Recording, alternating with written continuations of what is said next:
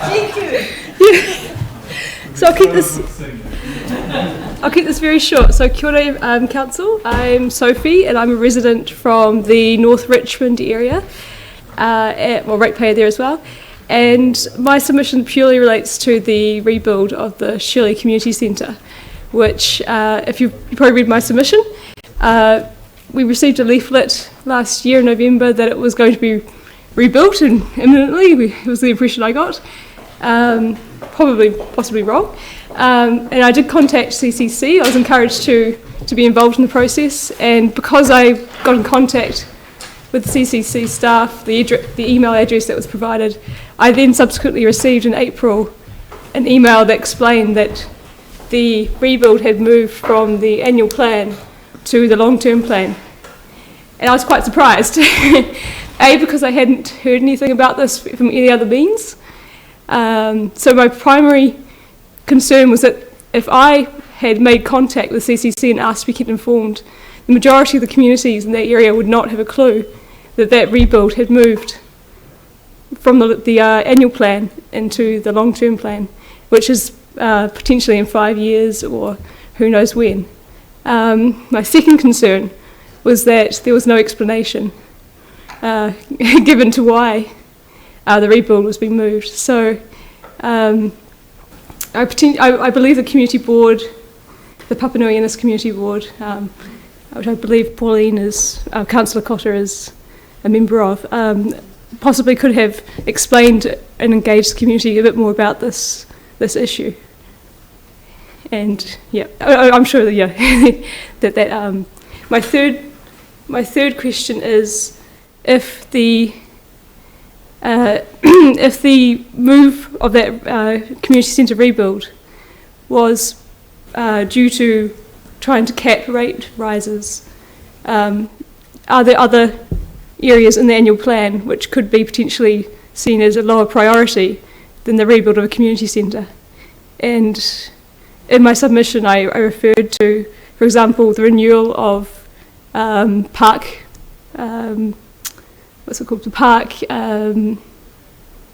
park surfaces, yeah. So for example, that's my example where I can't see how a community centre could not be prioritised over renewal of park surfaces for that current year. And purely because the benefit to that local community that has waited quite a while for the centre to be rebuilt would be much more appreciated than new grass. Yeah. Yeah, no, we had a very strong submission from the community board in support of what you're saying. Pauline? Okay. Thanks for coming in, Sophie. Were you aware of the proposal that the Crossways Church had to partner with the council on that site? There was one reference to it in the email from the CCC staff member, but didn't explain about it, what it was. So I think a bit more explanation might have been. Yeah, well, I apologise for the lack of communication, and partly because a lot of the users who used the old centre have disbanded, and of course Dennis has passed on, so he was the one keeping people together. But that was a project that was got to a certain point, and then it became untenable for council. It didn't stack up, so we were going to provide the land, and they were going to do the centre, and there was quite a couple of big, well-attended public meetings about that. So we're kind of like pretty much starting from scratch again now. So we'll have to begin the whole, as we did with the St Albans Community Centre, we'll set up a working group with some community board members on and reps from the community, and really iron out what we need for that site, and what's going to best serve the community, and then the design and how we'll do it. So that's why it's been pushed out a bit, because that takes time. So unfortunately we lost a lot of time in engaging with the Crossways Church, so that's pretty much what's happened there. So we're kind of starting again. So if you want to keep involved, that would be fabulous. But I can see that, so in the next 3 years annual plans, it's predicted to have zero, to not occur in 2019, 18, 19, 19, 20. So we're looking at 2022. Yeah, so you'd like some development money brought forward at least. I could see it being brought forward substantially. Yeah.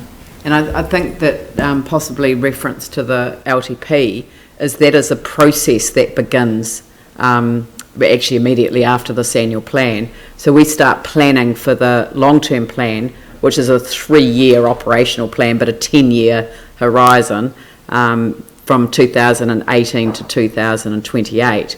But we will be going out with a similar consultation document and all the other documents sitting in behind it in late January, probably February next year, and that will then go through. And we actually want to develop a better process of engaging communities in their local issues, so that we can sort of almost streamline this process, so that we're workshopping within the community board areas and then bringing that together and making an overarching plan for the city.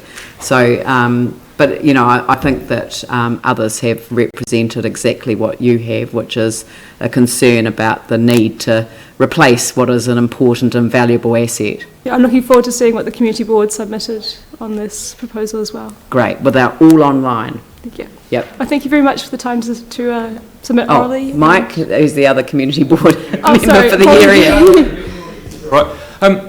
Do you live in Shirley? I live in North Richmond, which is part of the Greater Shirley area. Yeah. Because I guess it's quite interesting, because obviously we're doing the St Albans one at the moment, which is tracking along on schedule, and it's in that community. I guess we've got community groups that are actually driving it as well, and we found with the Shirley one, when we started to do some consultation and engagement, we didn't have that same drive, which is really interesting. And so if you're a resident there, it's be good to get someone to actually help drive it with the community board as well, to try and see what we really need, because there is need in Shirley, and obviously we're doing some stuff around McFarlane Park, but it's the other side of Shirley. But we don't want to run ahead and build a $2.5 million community centre when we don't actually know what that need is completely. So it'd be really good to get people from the community to engage with us so we can get it right. Yeah, so I've been connecting up with, there's a Facebook group for the area, and also there's a North Richmond Residents Association email list that I've been added to, so I've been starting to make contacts in the area and talk about this issue more. So I've also been thinking about the same thing. Yeah. Just to add to that, there is $320,000 over the next 2 financial years to develop a robust business case and work with the community board to identify sites and locations and stuff. So that is in the annual plan. Yeah.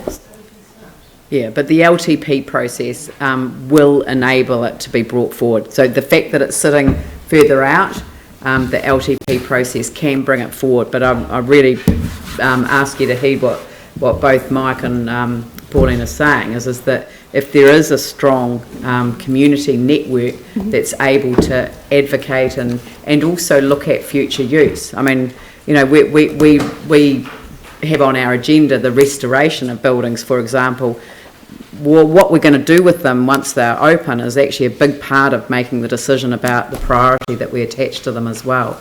And so that's why the community engagement is so vital. Because the last one was run by a trust and very successfully.